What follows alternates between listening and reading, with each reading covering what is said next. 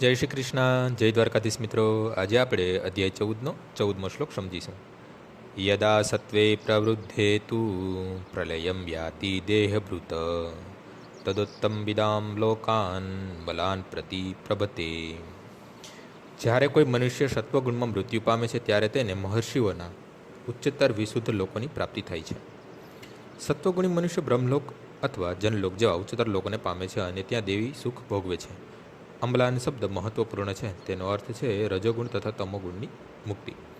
ભૌતિક જગતમાં અશુદ્ધિઓ છે, પરંતુ સત્વગુણ ભૌતિક જગતમાં સર્વાધિક શુદ્ધ છે. વિભિન્ન પ્રકારના જીવો માટે જુદા જુદા પ્રકારના લોક છે. જે લોકો સત્વગુણમાં મરે છે તેઓ એવા લોકમાં જાય છે કે જ્યાં મહર્ષિઓ તથા મહાન ભક્તો રહે છે. આજનો શ્લોક અહીં પૂર્ણ થાય છે. આવતીકાલે ફરીથી સવારે 6 વાગ્યે મળીશું. જય શ્રી કૃષ્ણ.